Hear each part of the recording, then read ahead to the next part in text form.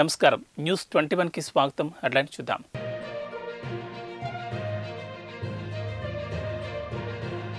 AP assembly లాబీలో Perni Nani Gorantla Buchaiah Chowdary మధ్య ఆసక్తికర చర్చ.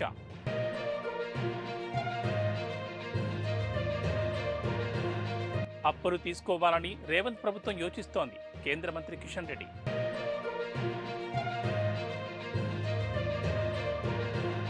కానిస్టేబుల్ చంపేసిన ఎర్రచందన స్మగ్లర్లు తీవ్రంగా స్పందించిన నారా లోకేష్.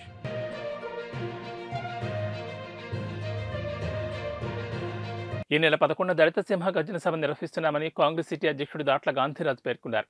మంగళవారం కాకినాడ ఇంద్రపాలెం మంత్రి వద్ద దళిత సింహ గర్జన సభకు సంబంధించిన పోస్టర్ను ఆవిష్కరించారు. ఈ సందర్భంగా ఆయన మాట్లాడారు. మాజీ ఎంపీ హరీష్ కుమార్ రాష్ట్రంలో సీఎం జగన్ దళిత వ్యతిరేక పాలన కొనసాగిస్తున్నారని ఆరోపించారు. దళితులపై హత్యలు, దాడులు జరుగుతున్నాయని, కోడికత్తి సీనుకు 5 ఏళ్ల నుంచి బెయిల్ రాకుండా అడ్డుకుంటున్నారని మండిపడ్డారు. సీతానగరంలో శిరోమణం కేసులో వైసీపీ నేతల పిటిషన్లను హైకోర్టు కొట్టేసిందని, వైసీపీ వ్యతిరేక పాలనపై తమ పోరాటం కొనసాగుతుందని, కాంగ్రెస్ లేకపోతే జగన్ ఎక్కడుండేవారని ఆయన ప్రశ్నించారు. ఈ కార్యక్రమంలో కాంగ్రెస్ నాయకులు తదితరులు పాల్గొన్నారు. అంబేద్కర్ స్టాట్యూస్ దగ్గర దళిత సింహ గర్జన సభ ఫిబ్రవరి 11వ తారీఖున హరీష్ కుమార్ గారి ఆధ్వర్యంలో మాజీ పార్లమెంటు దళితులకు జరుగుతున్న అన్యాయాల గురించి మీటింగ్ పెట్టడం జరుగుతుంది. ఈ జిల్లాలో లక్షలాది మంది తరలి రావడం జరుగుతుంది. కేంద్ర ప్రభుత్వాలు, రాష్ట్ర కేంద్ర ప్రభుత్వాలు వ్యతిరేకంగా ఈ దళిత సింహ గర్జన పెట్టడం జరుగుతుంది. దళితులకు అన్యాయం జరుగుతుంది. మొట్టమొదటిగా డాక్టర్ గారు ఆయన ఒక మాస్క్ అడిగినందుకు ఆయన చంపేయడం జరుగుతుంది. అలాగే బాలికలు, అలాగే చాలామంది ఆడవాళ్ళు కూడా అన్యాయం జరిగింది. మరి దళిత సంఘాలు, అలాగే మరి దళితుల యొక్క అభిమానులు కూడా ఈవేళ పోస్టులు మరి ఆవిష్కరించడం జరిగింది, విడుదల చేయడం జరిగింది. ఈ పోస్టుల యొక్క ఉద్దేశం ఏదైతే మరి ప్రభుత్వంలో, ఈ జగన్ ప్రభుత్వంలో మరి ఏదైతే మరి పథకాలు ఉన్నాయో, సప్లైన్ అయితేనేమి, ఎస్సీ కార్పొరేషన్ అయితేనేమి, అలాగే ఏవైతే 27 పథకాల ద్వారా కూడా ఈవేళ ప్రభుత్వాలు చాలా వరకు, కేంద్ర రాష్ట్ర ప్రభుత్వాలు కూడా చాలా వరకు ఈవేళ తొంగలో తొక్కి ఈవేళ మరి ఏవైతే మనకి దళితులకు రావాల్సిన యొక్క రాయితీలను పక్కన పెట్టి ఈవేళ ప్రభుత్వాలు నడుపుతున్నారు. అలాగే దీనిపై మరి మాజీ ఎంపీ, అలాగే దళిత నేత మరి సింహగర్జినటువంటి మరి ఒక సభను ఏర్పరిచారు. అది ఫిబ్రవరి 11న ఏర్పరిచారు. కాబట్టి అందరూ కూడా తరలి రావాలి, ఈ సభను చేపట్టం చేయాలని చెప్పేసి ప్రభుత్వానికి వ్యతిరేకంగా, రాష్ట్రానికి వ్యతిరేకంగా ఏవైతే మరి దళితుల పట్ల, దళితుల యొక్క మరి సంక్షేమాన్ని పట్ల ఎప్పుడైతే మరి తొంగలో దొక్కి అవన్నీ కూడా రద్దు చేశారు. కాబట్టి అవన్నీ కూడా మళ్ళీ అమలు చేయాలని చెప్పేసి కోరుకుంటూ, దళిత ఉద్యమ నేత జీవి హరీష్ కుమార్ గారి ఆధ్వర్యంలో వేమగిరిలో చలో వేమగిరి అనేటటువంటి కార్యక్రమాన్ని చేపట్టడం జరిగింది. ఈ యొక్క కార్యక్రమాన్ని ఈ రాష్ట్రంలో గడిచినటువంటి 5 సంవత్సరాలుగా ఆంధ్రప్రదేశ్ రాష్ట్రంలో అధికారంలో ఉన్నటువంటి వైఎస్ఆర్ కాంగ్రెస్ పార్టీ నిరంతరం దళిత సోదరులపై దాడులు చేస్తూ వారిని అనేక రకాలైనటువంటి ఇబ్బందులకు గురి చేస్తూ ఉన్నారు. గత ప్రభుత్వాలన్నీ కూడా దళితులకు సంబంధించినటువంటి కొన్ని పథకాలను వారి ఆర్థిక స్వావలంబన కోసం ప్రవేశపెడితే అటువంటి పథకాలన్నింటినీ కూడా రద్దు చేసినటువంటి చరిత్ర ఉన్నటువంటి ఈ వైఎస్ఆర్ కాంగ్రెస్ పార్టీ జగన్మోహన్ రెడ్డికి నిరంతరం దళితులపై దాడి చేస్తూ దళితుల ఆత్మాభిమానాన్ని దెబ్బతీసేటటువంటి విధంగా ప్రవర్తిస్తున్నటువంటి ఈ రాష్ట్ర ముఖ్యమంత్రికి పరిపాలన చేసేటటువంటి నైతిక హక్కు లేదు. తక్షణమే రాజీనామా చేయవలసినటువంటి అవసరం ఉంది. కాకినాడ రూరల్ మండలం సూర్యారావుపేట గ్రామం పరకాలవ ప్రాంతంలో జనం కోసం పవన్ కోసం మనం కార్యక్రమాన్ని జనసేన నాయకులు గుబ్బల ప్రసాద్, తోలిం సత్యబాబు, వాసంశెట్టి శ్రీను ఆధ్వర్యంలో నిర్వహించారు. ఈ కార్యక్రమంలో జనసేన రాజకీయ వ్యవహారాల కమిటీ సభ్యులు, రూరల్ ఇన్ఛార్జ్ పంతం నానాజీ పాల్గొన్నారు. ఇంటింటికి పాదయాత్ర చేస్తూ ప్రజా సమస్యలు నానాజీ అడిగి తెలుసుకున్నారు. ఈ సందర్భంగా ఆయన మాట్లాడారు. కొద్ది రోజుల వ్యవధిలోనే జనసేన, టీడీపీ ఆధ్వర్యంలో ప్రజాప్రభుత్వం రాబోతోందని, మీ సమస్యల పరిష్కార దిశగా కృషి చేస్తామని హామీ ఇచ్చారు. ఈ కార్యక్రమంలో స్థానిక జనసేన నాయకులు ఎల్లబోయిన రామకృష్ణ, గరికిన సురేష్, సోదే ముసలయ్య, మల్లె భాస్కర్, సురడా శ్రీను, తెలుగుదేశం నాయకులు సీతయ్య దొర, ఎజ్జల బాబ్జీ, తోలిం రామకృష్ణ తదితరులు పాల్గొన్నారు.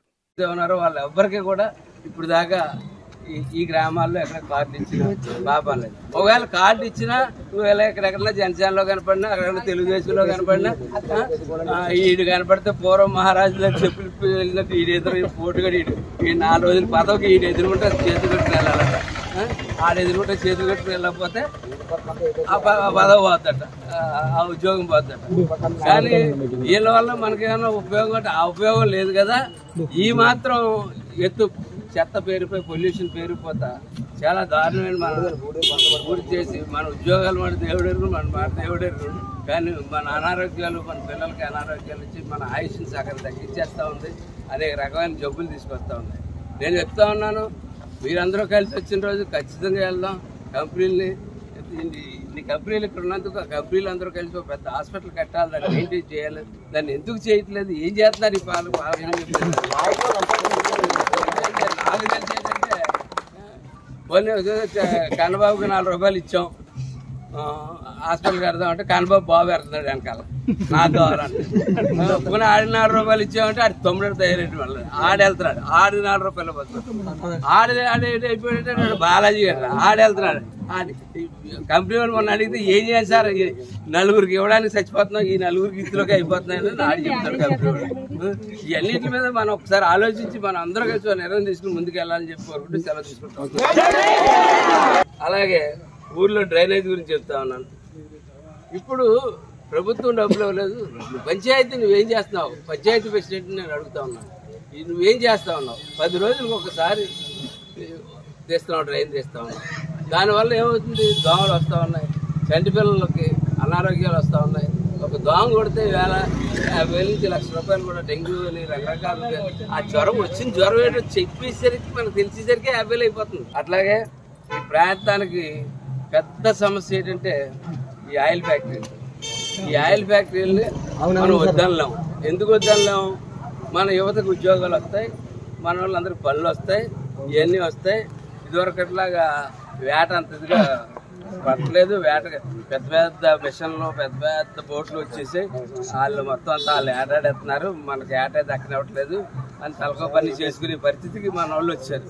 అందులోని కూడా ఈ సముద్రంలోకి వెళ్తే మనిషి వెళ్ళాడో వచ్చాడో తెలియని పరిస్థితులు జరుగుతున్నాయి.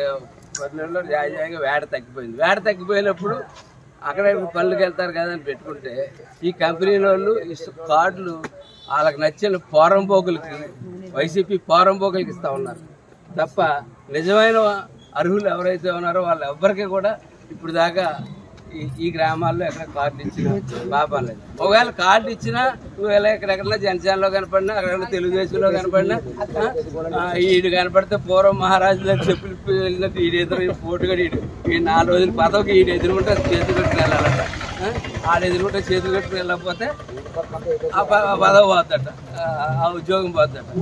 కానీ వీళ్ళ వల్ల మనకేమైనా ఉపయోగం అంటే ఆ ఉపయోగం లేదు కదా. ముస్తాబాద్ పోలీస్ స్టేషన్లో మాజీ ఎమ్మెల్యే బాలకృష్ణపై కాంగ్రెస్ మండల అధ్యక్షుడు ఎల్ల బాలరెడ్డి ఆధ్వర్యంలో కాంగ్రెస్ నాయకులు కలిసి ఫిర్యాదు చేశారు. స్థానిక రాజీవ్ గాంధీ విగ్రహం నుంచి పోలీస్ స్టేషన్ వరకు బాలకృష్ణ డౌన్ డౌన్ అంటూ నినాదాలు చేస్తూ పోలీస్ స్టేషన్ తరలి వెళ్లారు. అనంతరం స్టేషన్లో ఫిర్యాదు చేశారు. మంచిర్యాల పార్లమెంట్ సమావేశంలో బాలకృష్ణ మాట్లాడుతూ ముఖ్యమంత్రి రేవంత్ రెడ్డిపై అనుచిత వ్యాఖ్యలు చేస్తూ చెప్పును చేత్తో చూపిస్తూ దురుసుగా మాట్లాడడంపై చట్టరీత్యా చర్యలు తీసుకోవాలని పేర్కొన్నారు. అనంతరం నాయకులు మాట్లాడుతూ రేవంత్ రెడ్డిపై బాలకృష్ణ చేసిన వ్యాఖ్యలను ఖండించారు. బాలకృష్ణ వ్యాఖ్యలను జనం అసహించుకుంటున్నారని, అధికారంలో ఉన్నప్పుడు అహంకారంతో మాట్లాడారు, దాంతో ప్రజలు సరైన గుణపాఠం చెప్పారు, అయినా బుద్ధి రాలేదని ఒళ్ళు దగ్గర పెట్టుకుని సరిగ్గా మాట్లాడండి హితో పలికారు. ప్రజాస్వామ్యంలో మాట్లాడే హక్కు ఉందని, కానీ ఇంత దిగజారే విధంగా మాట్లాడొద్దని ఆయన అన్నారు. ఈ కార్యక్రమంలో జడ్పీటీసీ గుండం నరసయ్య, ఎంపీటీసీ శ్రీనివాస్, రాజిరెడ్డి, కాంగ్రెస్ పార్టీ నాయకులు, కార్యకర్తలు తదితరులు పాల్గొన్నారు. ముఖ్యమంత్రి రేవంత్ రెడ్డి గారి మీద అనవసరమైన మాటలు మాట్లాడడం జరిగింది.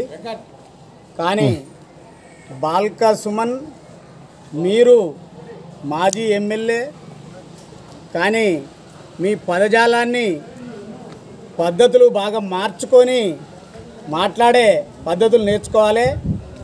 నేర్చుకోకపోతే తీవ్రమైన పరిస్థితులు ఉంటాయి.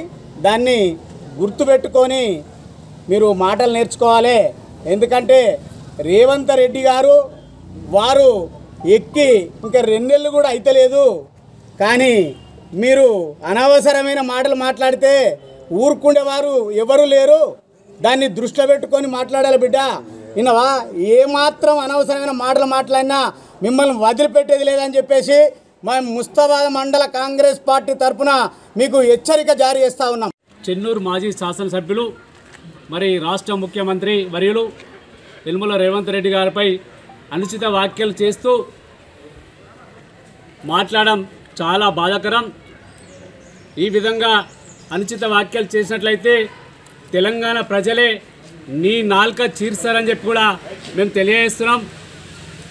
కల్వకుంట్ల బానిస కుక్క, నువ్వు చేసేది ఉంటే వాళ్ళ బూట్లు నాకు, వాళ్ళ కాళ్ళు నాకు మాత్రమే. కానీ ఇలా రాష్ట్ర ప్రజలందరూ ఎన్నుకున్నటువంటి ముఖ్యమంత్రి వర్యులు రేవంత్ రెడ్డి గారిని ఈ విధంగా మాట్లాడితే చూస్తూ ఊరుకునే ప్రసక్తి లేదు. ప్రజలే తిరగబడి నిన్ను తొక్కేస్తారు, నీ నాలుక చీరేసే సమయం కూడా ముందున్నది. మొన్ననే ఎన్నికల్లో బుద్ధి చెప్పిర్రు, తెలుతలేదా బానిస కుక్క బాల్క సుమన్. మరోసారి ఇట్లా మాట్లాడినైతే నువ్వు గ్రామాల్లో ప్రజల్లో తిరగకుండా అడ్డుకునే కార్యక్రమం కూడా తీసుకుంటామని చెప్పి మేము ముస్తాబాద్ మండల కాంగ్రెస్ పార్టీ పక్షాన హెచ్చరిస్తున్నాం. మాజీ ప్రభుత్వ విప్ మాజీ ఎమ్మెల్యే బాల్కసుమన్పై తెలంగాణ వ్యాప్తంగా ఆగ్రహ జ్వాలలు వెల్లువెత్తున్నాయి. సీఎం రేవంత్ రెడ్డిపై మాజీ ఎమ్మెల్యే బాల్కసుమన్ చేసిన వ్యాఖ్యలకు నిరసనగా కొత్తగూడెం కాంగ్రెస్ నేతలు ఆందోళన చేపట్టారు. బాల్కసుమన్ దిష్టిబొమ్మకు చెప్పుల దండ వేసి నిరసన తెలిపారు. అనంతరం బాల్కసుమన్ చిత్రపటాన్ని దహనం చేశారు. సీఎం రేవంత్ రెడ్డికి వెంటనే క్షమాపణ చెప్పాలని డిమాండ్ చేశారు. కాంగ్రెస్ పార్టీ తీవ్రంగా దాన్ని ఖండిస్తుంది. బాల్కసుమన్ అనే వ్యక్తి ఎలమదొరల బానిసగా బతుకుతూ దళితుల ఆత్మగౌరవాన్ని తాకట్టు పెడుతూ కాంగ్రెస్ పార్టీ దళితులకి, బీసీలకి, అన్ని కమ్యూనిటీలకి సమాన న్యాయం చేసే కాంగ్రెస్ పార్టీపై బాల్కసుమన్ చేసిన వ్యాఖ్యలకి, అచ్చేసిన ఆంబోతికి సరైన గుణపాఠం కాంగ్రెస్ కార్యకర్తలు ఖచ్చితంగా చెబుతారని, అదేవిధంగా బాల్కసుమన్ అనే వ్యక్తి ఇంతకుముందు టీపీ డిబేట్లో కూడా వ్యక్తుల్ని అధికార బలంతో అదే అహంకారంతో కొట్టడం జరిగింది. అలాంటి బాల్కసుమన్ అదే ఊహల్లో బతుకుతున్నాడు. న్యాయానికి, నీతికి, నిజాయితీకి ప్రజలు పట్టం కట్టిన కాంగ్రెస్ పార్టీ ముఖ్యమంత్రి రేవంత్ రెడ్డి గారిపై చేసిన వ్యాఖ్యలను తీవ్రంగా ఖండిస్తూ, నిజంగా దళితుడై ఉంటే ఒక సీఎం రేవంత్ రెడ్డి గారిని అట్లా మాట్లాడే వ్యక్తి కాదు. మా టీపీసీసీ నెంబర్ చెప్పినట్టుగా ఆయన డిఎన్ఏ ఏంటో ఆయన తెలుసుకోవాలి. ఈ విధంగా నీ యొక్క ప్రవర్తన శైలి ఏ రకంగా ఉందో నేడు కూడా నీ ప్రవర్తన అదే విధంగా రెచ్చగొట్టి టీఆర్ఎస్ అమాయకులైనటువంటి కార్యకర్తలను రెచ్చగొట్టాలనే ఉద్దేశంతో నువ్వు చేసిన ఈ పనిని, నీ పన్నాగాన్ని ఖచ్చితంగా బయటపెట్టి మీ వాళ్ళే మీ పైన తిరగబడే విధంగా నీ చర్య ఏదైతే ఉందో దాన్ని ప్రతిఘటించడానికే ఈ యొక్క కార్యక్రమాన్ని తెలియజేస్తున్నా మిత్రులారా. కాబట్టి టీఆర్ఎస్ కార్యకర్తలు కూడా గమనించాలి, ఈరోజు వాడు చేసిన ఏదైతే పని ఉందో కావాలని మీ పైన దాడులకు పడిపోయే విధంగా వాడు చేసే పనిని, పన్నాగాన్ని మీకు తెలియజేసే కార్యక్రమం మిత్రులారా తీసుకొని ఎప్పటికప్పుడే పరిష్కారం చేస్తున్న ముఖ్యమంత్రి కాకుండా ఈ రాష్ట్ర ప్రభుత్వం చేస్తున్నటువంటి మంచి కార్యక్రమాలను వారలేనటువంటి టీఆర్ఎస్ ప్రభుత్వం, ఈ బీఆర్ఎస్ ప్రభుత్వం, ఈ దుర్మార్గ ప్రభుత్వం గతంలో 10 సంవత్సరాలు గాది కింద పందికొక్కులాగా తిని ఈ రాష్ట్ర ప్రజల సొమ్ముని తెగబరిచినటువంటి పందికొక్కులు బాల్కసుమన్ లాంటి ఒక బలిసిన బ్రోకర్, వాడి పేరు బాల్కసుమన్ కాదు, బంట్రో సుమన్, అట్లాంటి వ్యధోలో రాష్ట్ర ముఖ్యమంత్రి గారు రేవంత్ రెడ్డి గారి పైన అనుచిత వ్యాఖ్యలు చేయడమే కాకుండా వారి పైన దిష్టిబొమ్మ, వారికి చెప్పు చూపిస్తూ ప్రజా సమస్యల చూస్తున్న ముఖ్యమంత్రి గారు చూసి వారవలేక చెప్పు చూపించి కొడతారని చెప్పేసి మీటింగ్ లో అనుచిత వ్యాఖ్యలు చేసిన నిరసనగా ఈ రోజు వాటి దిష్టిబొమ్మ దగ్ధం చేయడమే కాకుండా వాడిని చెప్పులతోటి సన్మానం చేయడం జరుగుతుంది. అందుకనే మిత్రులారా, మానవతావాదులు తప్పకుండా ఇట్లాంటి విధవల్ని ఆలోచన విధానం మీరు చూస్తారని చెప్పి అనుకున్నాం.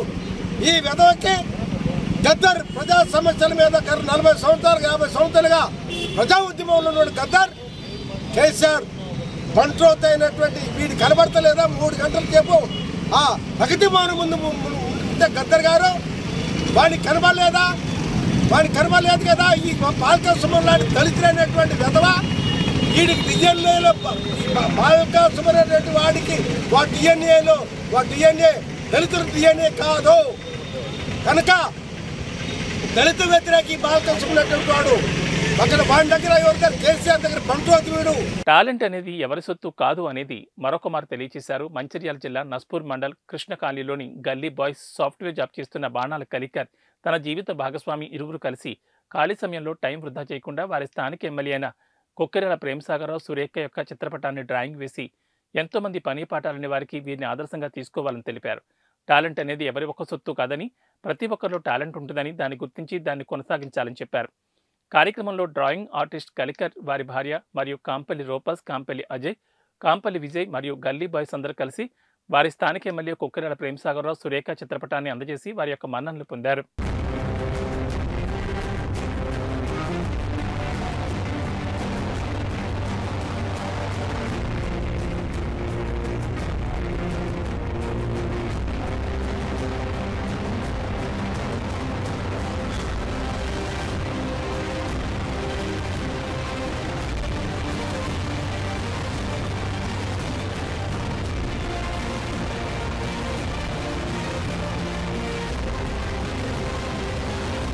ఇవి బులెటిన్ విశేషాలు. నమస్కారం.